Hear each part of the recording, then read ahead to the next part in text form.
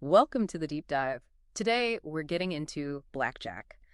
You know, that game with the real thrill, that feeling of skill mixing with chance, that sense that you can actually influence the outcome. We're going to put that feeling under the microscope today, mathematically Yep, speaking. exactly.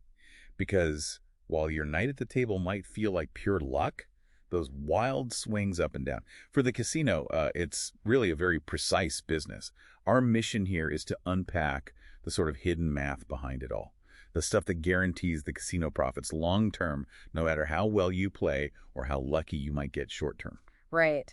And if you've ever sat there wondering why it feels like the house always has that edge, well, we're pulling back the curtain on exactly how they do it. We'll break down the house edge, look at how specific rules tilt the game, consider your role as the player, and then talk about this powerful force, the law of large numbers, that turns tiny edges into, well, millions. So, with that set up, let's dive right in. This house edge, what exactly is it? Okay, so the house edge is basically the casino's average profit from every dollar you bet over the long run. It's usually shown as a percentage. So, like a 0.5% house edge means for every $100 you wager over time, the casino expects to keep about 50 cents. It comes from something called expected value, or EV. Basically, the average result you'd get if you played the same hand, well, practically forever. Huh. So even if I have a really great winning streak tonight, the casino still wins in the bigger picture. That feels a bit like a paradox, doesn't it? It does. That's exactly the point. Your experience, it's what we call high variance. Big swings, streaks of good or bad luck are totally possible. You could win 5 hands straight. But the casino, they're dealing with millions of hands across tons of tables. Their reality is very low variance. All those individual lucky or unlucky streaks just average out. And what's left is that underlying mathematical advantage. Okay, I get the averaging out part, but what's the actual, core mechanism, the built-in advantage the casino has from the very start? That would be the double bust rule. It's surprisingly simple but powerful. It's procedural. You, the player, have to play your hand first, before the dealer. Now, if you go over 21, if you bust, you lose your bet instantly, right then and there. Even if the dealer then turns over their cards and, oops, they would have busted too, it doesn't matter. You already lost. Wait, really? So if we both bust, I still lose? You still lose every single time. And think about it, the chance of any hand busting is roughly 28%. So the chance of both of you busting on the same hand is around 8%. And in all those cases, the house wins your bet. That alone gives them a massive initial edge, about 8%. Wow, 8% just from who acts first? That's sneaky. Structural, all of It is structural, yes. But then, to make the game attractive, other rules give some advantage back to the player. Things like paying 3.2 for a natural blackjack or letting you double down or split pairs. These favorable rules effectively, let's say, sell back about 7.5% of that initial 8% edge to you. Okay, so it makes the game feel much closer to even, maybe even skillful, but they started way ahead. Precisely. They build in a huge advantage, then strategically give most of it back to make it playable and engaging. That's a really different way of looking at it. So this baseline edge, it's like a starting point. How do specific rule changes then kind of tweak that number up or down, like a tug of war? Exactly. The rules are absolutely critical, and they vary. Take the payout for getting a blackjack. The traditional payout is 3.2, but you see more and more tables, especially lower limit ones, paying only 6.5. That single change. It adds a huge 1.4%, maybe 1.5% to the house edge. 1.5%. Just from the blackjack payout. That basically quadruples the edge on a good game. It's massive. Another common one, whether the dealer hits or stands on a soft 17, that's an ace and a 6. If the rule is dealer hits on soft 17 or H17, that adds about another 0.21% to the house edge. And what about the number of decks? I see gamers with one deck, sometimes 8. More decks generally help the casino. Moving from a single deck game to, say, an 8-deck shoe adds roughly 0.57% to the house advantage. Little things add up. Okay, so these less obvious rules really stack up against the player. They certainly can. Now, there are rules that help the player, like being allowed to surrender your hand or double down after splitting pairs. These decrease the house edge. But you often find the less favorable rules, like that 6.5 payout, are more common at tables where maybe players aren't expected to know the difference or the impact. It exploits an information gap. Right. Which brings us to the player's role.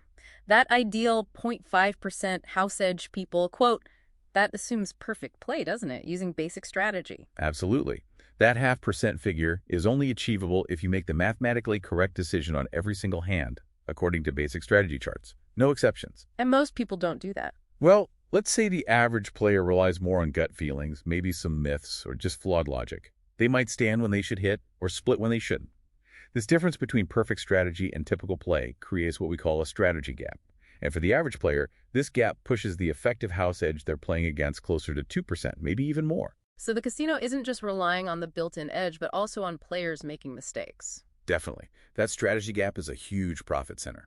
And you should also be really wary of other things casinos offer, like the insurance bet. Ah, yes, insurance. When the dealer shows an ace? Right. Basic strategy says never take insurance. It's a side bet, really, on whether the dealer has blackjack, and it carries a house edge of over 7%, typically. Hugely unfavorable. Wow. And other side bets, like perfect pairs or things like that. Even worse, usually. Those fancy side bets look tempting, but their house edges can be anywhere from 3% to, well, over 11%. They're designed to drain chips faster. It's fascinating how these tiny percentages, just fractions of a percent sometimes, become this inevitable force for the casino when you scale it up. That's the law of large numbers in action. It's a core concept in probability. What it means is, the more times you repeat an experiment like dealing a hand of blackjack, the closer the actual results will get to the expected mathematical outcome. So my short-term luck evens out over millions of hands for the casino. Precisely. Think about it. That 0.5% edge on one $25 bet, it's just 12.5 cents. Seems tiny. But imagine a casino with, say, 10 blackjack tables running 247, averaged at $25.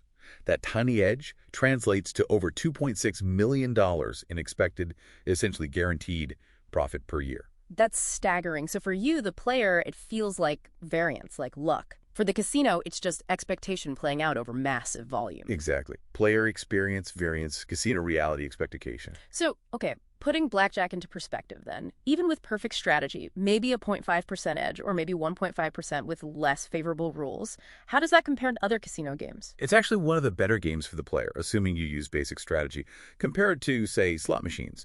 Their house edge can be anywhere from 2% up to 15% or even higher. It varies wildly. 15%, okay. Or American roulette with a double zero that has a fixed house edge of 5.26%. Much higher than blackjack played well. Blackjack at least offers the illusion and somewhat the reality of skill reducing that edge. Right. So let's recap the core reasons why the house ultimately wins at blackjack. We've got, one, that built-in structural edge, the double bust rule. Yep, number one. Two, the casino's carefully optimizing the specific rules like payouts and dealer actions to maximize their advantage, especially at lower limits. Correct. Rule optimization. Three, player error. People not using basic strategy, making suboptimal plays, falling for bad bets like insurance.